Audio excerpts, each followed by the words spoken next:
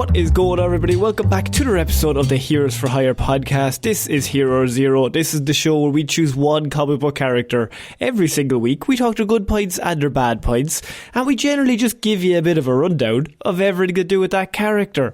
I am joined as always by a man who is very positive today, my best man, Mr. Sean Mead. Sean, how's it going? Full context, we're recording just during my lunch break, and the day is not going well, folks. I'm up against it. The first thing he said, he jumped on the call, he went, "It's not a good one, not a good one." I've promised a weird energy for this day. So I decided, I think what's good then is it's my week, so I can cheer you up and maybe make your day better with all of these amazing characters. Because I don't know if you know, Sean, but I talk DC characters and you talk Marvel characters, and obviously you've said to me privately off mic, Marvel shit, DC the best. I did say DC rules and Marvel drools was my exact quote. That's your chest tattoo. It's very strange, but look, I appreciate the commitment to the bit.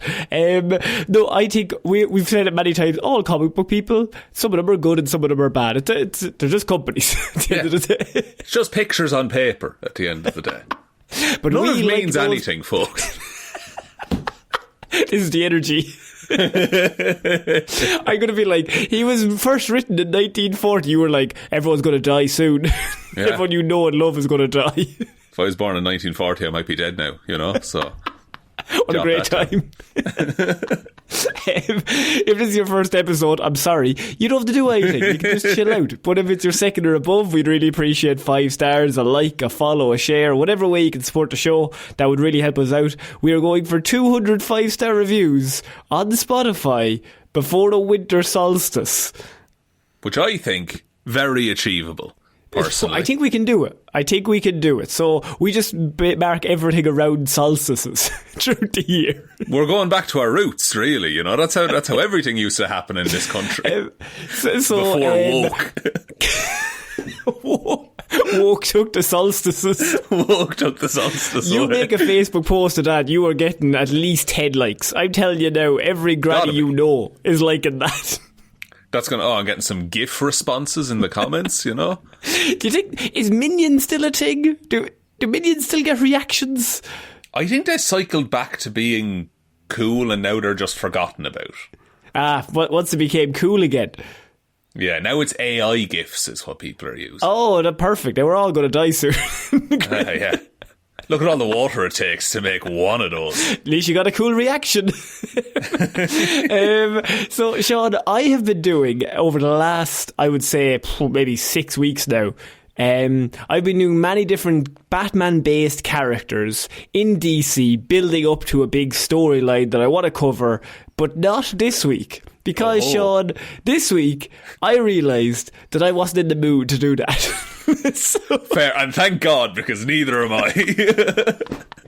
But what I am in the mood for was I decided to break it up. I'd count this as intermission. So I've been building up. We're going to have a slight little break, a cool down, and then the main event. Okay? I see. Okay, yeah. So that when it does happen, it's a big celebration. Absolutely, Sean. But I wanted to stay in Batman. I wanted to stay in DC. So I am going to be doing a character that I would say is not very well known. One thing is known in terms of comic book history, in terms of Batman, really historical significance. So if I said to you, Sean, the Batcave, what are the things that are in the Batcave in almost every Batman iteration? Like, there's the usual, like the big old computer and the hall of costumes, but also a big dinosaur and a big penny are usually a big penny, you say, Sean. Interesting. Never fucking knew what the big penny was about, I'll be honest. Well, I mean, logic would dictate that the big penny is Two-Face. Surely. Flips a coin, makes some choices, bad dude or good dude. But what if I told you, Sean, that you are an idiot and that is completely wrong, you absolute fool? Well, I mean, that's hurtful, but the day I'm having, it might as well be true. That's the second time somebody said that today. No. Sean, I'm going to tell you a little known character, otherwise known as the Penny Plunderer. Okay. I think I know where the penny comes from, folks. Real name, Joe Coyne. Do you get it? Do you get it? Because he's coin based. Pennies and coin. Coyne, but it doesn't matter. World's Finest Comics, number 30, based in 1947 was his first appearance. Now, his creators were, and Sean, I'm going to need you to come in here, Bill Finger and Bob Kane. So what you're telling me is that Bill Finger created everything. I'm saying Bill Finger came up with the penny plunderer, yes. I think Bob Kane reached into his pocket and held out a penny and some lint and was like, will you have this? I think he threw his wallet at Bill Finger and said, do a hero off that. Make me rich, Bill. So, like many, or perhaps even most comic book fans, there was a time when we naturally assumed that the giant penny in the Batcave was, of course, and there's also like the big Joker playing card and the big T-Rex that you always talked about as well. Regular size T-Rex. It's not overly big. I suppose in a way. Just if we're calling balls and strikes here, I mean. A trophy from some previous clash with Two-Face was probably the main reason people thought the penny was there. Well, either that or the time that the Joker dressed up and used a giant penny to try and like open a bank vault, which happened in the 40s as well. But, Sean, you're actually only half right, because the villain was almost literally a 2-bit crook by the name of the Penny Plunderer, and he actually was a villain of the time. Now, he has one of the funniest endings of all time, so I want to get into that. But, I suppose in the 40s, right, so Batman's just getting big. Right, Bill Finger, Bob Kane. I'm going to say Bob Kane is making lots of money. Yes. Bill Finger's doing all the ideas. Bob Kane's coming up with all the money. It's funny how that works out. It's like you and me, really.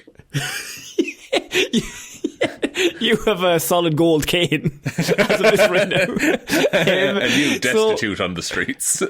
So there's a whole thing that like all Batman's defining trait is his obsession. Right? He's obsessed. He made a vow when he's a young guy. He's going to avenge the deaths of his parents, spend his life warring on all criminals, blah, blah, blah. But what they decided to do was, what if instead of Batman being obsessed, what if his villains had like a mirror image? Sean, it's a thing that you do a lot of... What if the villain was a mirror image of our hero? What if the things seen as faults and flaws in the villain are seen as benefits and good traits in the hero because of how they use them and channel them? Now, what them? if one of those villains was obsessed with pennies?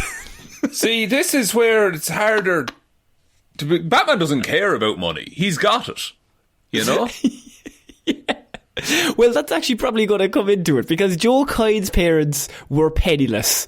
He sold papers for 3 cents. He was fired from his first job for pitching pennies in the office. Now, I didn't understand what pitching pennies was, Sean. Pennies? I didn't know what it was, to be honest. So for anyone who doesn't know, is when you place a bet and then you throw the pennies at the wall, and the person that gets the pennies closest to the wall wins. I didn't know it was called that. I knew the game, but I didn't know that it was called, because I've seen it in the Michael Jordan documentary. And it's always played in an alley, of course. Yes, of course. It's pitch and toss, we called it. Pitch and toss, okay. So he basically got fired because he was taking bets at his job.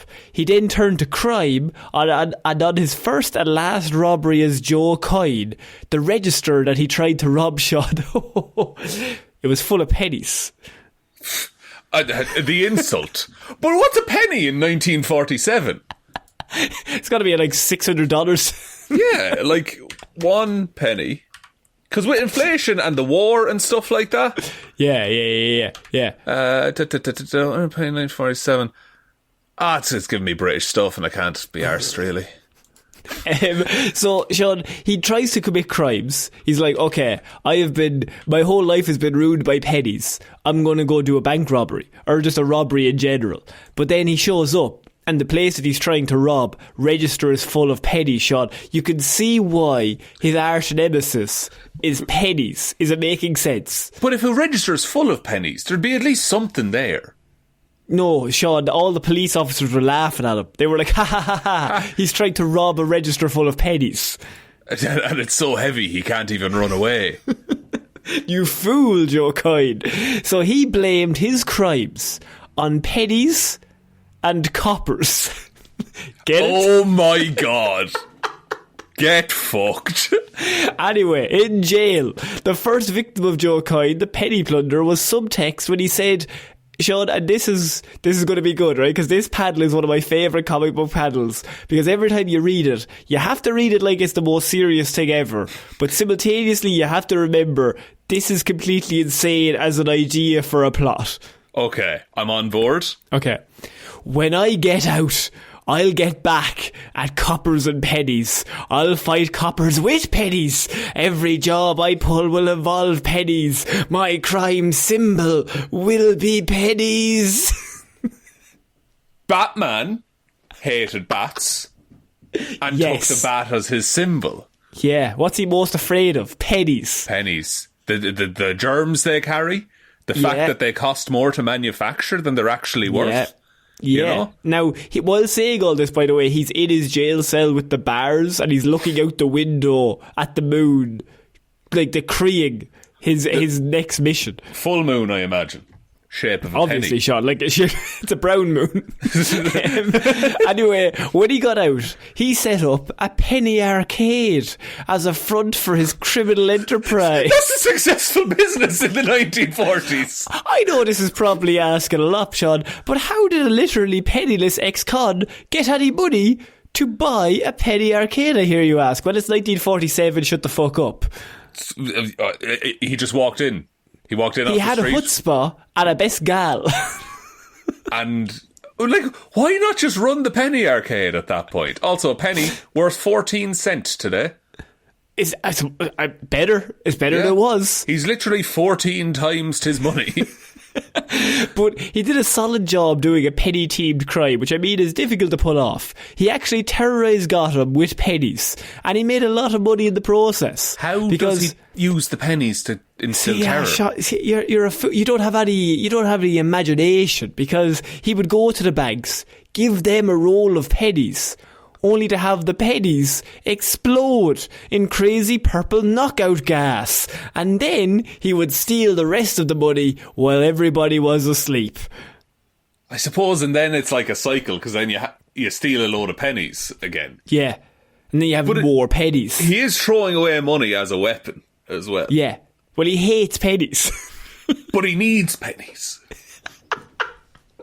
It's a real metaphor, really, isn't it? I think it's a lot deeper than it's given credit for. I think it's the purest form of anti-capitalism we've ever seen in a film. I think, I'll be honest with you, I think Bob Cade was on he was just on it. Like, that's the zeitgeist of what was going on at the time. Bob Cade read it, He read the room, he read the situation, and he was probably very ahead of his time. I can't imagine Bob Kane being a supporter of workers' rights. He might have been. But everything I know about the man points to the opposite. He probably robbed the child on the way to the office. Yeah, just because he could, because he was bigger. Big Bob And then Kane. blamed it on Bill Finger. Poor Bill, he just wants to draw his pictures. Oh, Bill's so talented. So, Sean, he's using his coins, he's using his pennies, I should say, to explode and knock out gas. He robs the banks. It's all going well. Coyne then threw rolls of pennies at Batman, knocking the Dark Knight unconscious. So, Getting hit with a roll of pennies, like... he's got some fucking throw. Some fucking arm on him. The second time around, the penny plunderer trapped Batman in a room with carbon monoxide gas after bolting the door and tearing out the phone line. His supervillain slow burn death trap was undone by his own bit when he tossed 2 pennies into the room and said something about his own 2 cents. But in one part plot contrivance, one part elementary school science experiment, Batman and Robin managed to get the word out by making a battery with the copper and zinc pennies to send an SOS message through the phone lines before they died from the carbon monoxide poisoning. That's a of course Batman can do that. Of course. But did you ever do that in school? You made the battery out of coins. No. Ah, we did. We lit up a little tiny light bulb. Your school was much fancier than mine. Nah, well, we had coins. One kid brought out coins at my school and he got robbed for the experiment. We wanted to play pitch and toss, you know. We beat him up, took his fucking coins. So Batman and Robin then deduce that the Penny Plunderer's next target is a rare coin at a stamp exhibition, which will be featuring a priceless 1-cent stamp initiated by Queen Victoria. This is what all the kids were talking about back in the day, Sean. Stamps. This is, I mean, I remember being 8 thinking, what are they going to do at the next rare coin and stamp exhibition, maybe initiated by, I don't know, Queen Victoria? I did get into coins for a while. Well, I wanted to be into coins for a while. Yeah. Because I heard... You don't have the... What's the word? Yeah, your attention cannot be grabbed from that. There's some kind of deficit to my attention. Yeah, like you're really zoned in on Warhammer, but you can't zone in on like 2 or 3 things. No, not a chance. And even Warhammer has slipped by the wayside, I'll be honest. Now you've got into baking. I'm into baking now. Yeah. Far cheaper than Warhammer, I will say. So I'm not far cheaper. So he basically decides that he's going to... by the way, the giant penny is at that exhibition. That's the first sign of the giant penny in comic books, and that's where we come across it. And that's why that giant penny is in the Batcave. Because it's based off... This story, like the giant penny had not shown up in the Batcave, and then they went back to explain how he got it. This is where it first ever appears. I mean, the most famous version of the giant penny is probably in Batman the Animated Series. That's kind of they put it in there. It's like it appeared sometimes, I think, before that. But I think like in terms of like mainstream, I think the Animated Series included it, and then it's kind of been included in every other version ever since. It's just part of the canon now. Yeah. So the Penny Plunderer never even really owned the coin. It was just present at the site of the robbery. So Batman just stole it from a museum. I like how the idea of Batman stopping this guy committing crimes and then robbing the coin himself. No, Commissioner, please. It was my pleasure. I am having that, though.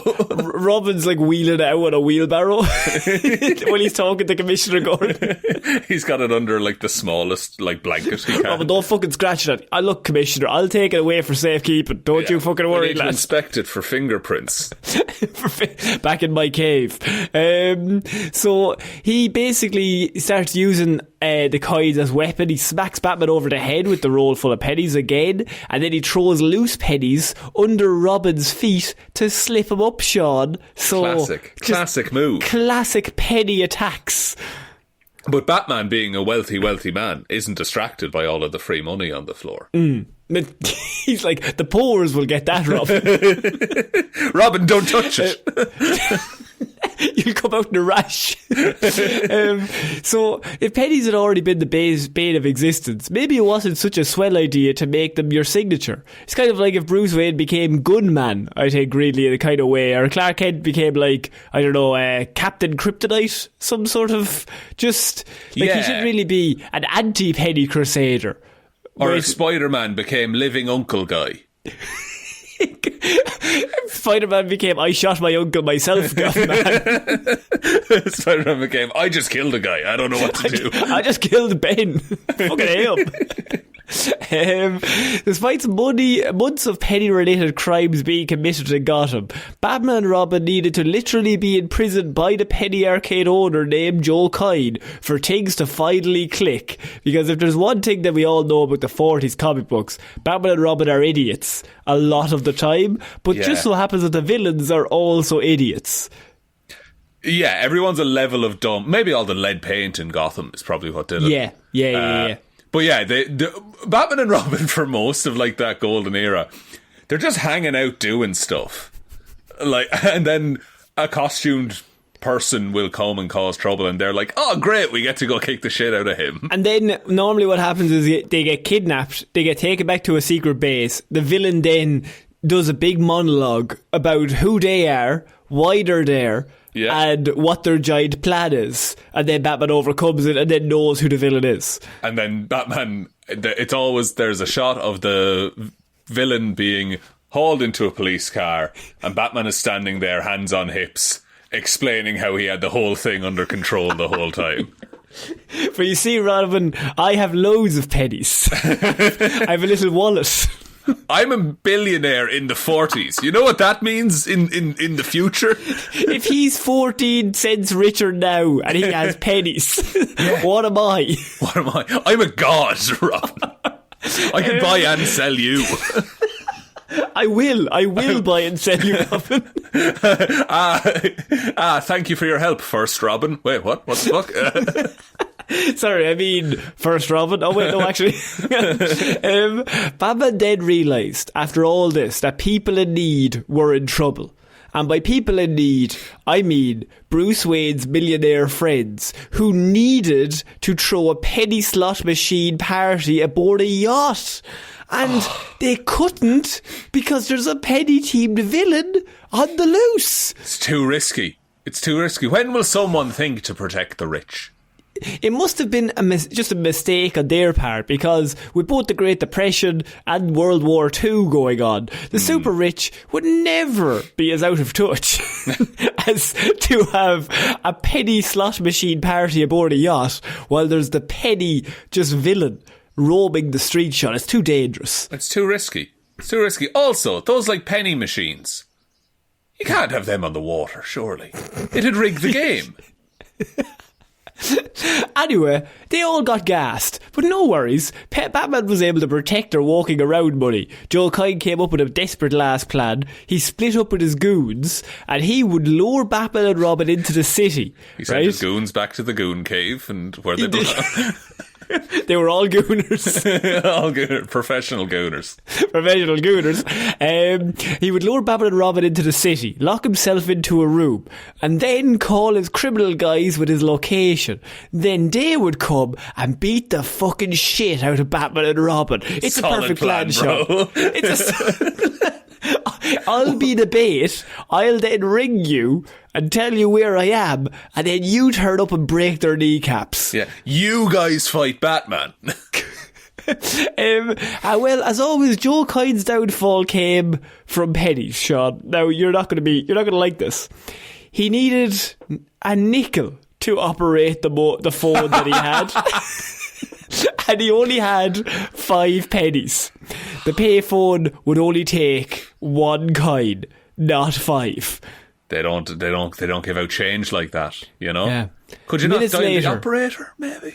Batman and Robin broke through the door and valiantly beat the shit out of him. Like heroes do. Because he had committed crimes, Sean, against the rich. the most hateful crime of all, affecting the wealthy. They wanted to have casinos. Right? The fact they were Bruce Wayne's friends as well.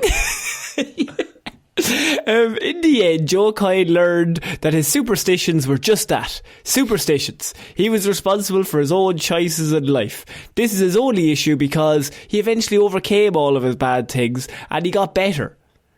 I'm actually not being serious. He got the electric chair. What? Whoa! Like, of all the things to get the chair for. Now, look, we've had Killing Joe, we've Joker, we've had Professor Pig on this show. We've had Professor Pig butcher people on this show, but the one man that I know canonically did get the chair in Gotham was the Penny Plunderer. What? Wait, so Gotham just has the death penalty and has only used it for this man? He was executed by the state, ostensibly for murder, but we never actually seen him murder anybody. No. So then it becomes, somebody's planted some evidence. Like, Penny Plunderer knew too much. He was literally fried because he robbed some rich people with pennies and made Robin slip on some pennies. What? Batman stole a big coin. No death penalty for him. I would say in terms of price, that coin costs more than all of this guy's pennies. Yeah. And I would say as well, like, next issue of the comic, I want to know who the fucking villain was there. Yeah. Because if they were any way worse than Penny Plunderer and didn't get the chair, the justice system is flawed. Gotham is willing to overlook murder clouds and fear gas, but if you take pocket change from millionaires on their yacht when they're trying to have a party, that's the thing. That's the death penalty. That's a paddling, if you ask me. That's a like this thing. You can rob. You can abuse the poor all you want. As soon as you start coming for the upper tier, the upper crust. I just love the idea. He's the only person in history ever executed. Like, that's insane. And it's so sudden. And also, by the end, he realised he got over his superstitions and stuff. No, I was joking. Oh, you made that up. No, he had just... All he did was, Batman and Robin, he did the plan where he splits up from his gooners, and Batman and Robin are there. He doesn't have enough money to ring his goons. So Batman and Robin show up, break all of his bones, beat the shit out of him, and then he's getting wheeled away into jail. And then when he gets to jail, they say, "Oh, sorry, man, you're also on the death row." Yeah, we're going to kill you for this. It's like, that's wildly unfair. He's being like cycled down pushed down the hall, and he's passing like Joker and Scarecrow and Two-Face and Killer Croc and all of these actual villains. Yeah, but I think they used it as a learning tool. They're like, if we're willing to sacrifice this guy, what will we do to you, Joker? Probably nothing. If we're going to, I would say, probably put you in Arkham Asylum for another 14 times. He can be rehabilitated, folks. There was no hope. This Penny guy's a psychopath. He's a lost cause.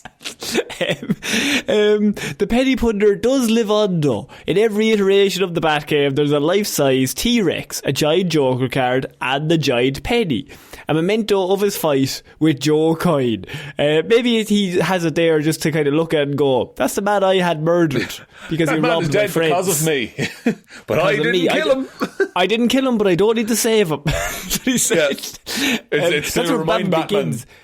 Batman Begins actually got that line from Joe Coyne. Not a lot of people know that. Yeah, no, but if you read between the lines, that's where it is. Yeah, it exists. It's in the Batcave the whole time, so Batman remembers that loopholes exist.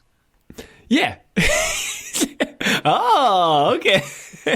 In the end, the Giant Penny's most memorable origin is the all-time classic, I would say, Batman, the animated series episode. It's called Almost Got Him. It's probably like top 3 episodes ever of that show. If you haven't seen it, go watch Almost Got Him. It's 17 minutes or 20 minutes or whatever. Which it was used as a death trap administered by Two-Face because he strapped the two lads to the kite. So that's kind of where it comes from in modern times, but Joe Coyne was the originator of the Giant Penny. Now, cool. Even Two-Face stole this guy's identity, so finally getting the last laugh on poor Joe, what's his name? Poor dead as shit Joe Coyne. Joe Coyne. Powers and abilities, Sean. He has none. He has some penny-based gimmicks. Rolls of pennies are the most common item in his arsenal, such as the roll-shaped tear gas bomb used in one of his first robberies. And then he also uses them sometimes as a bludgeoning weapon, but we never see him bludgeon anyone. But he just has a heavy...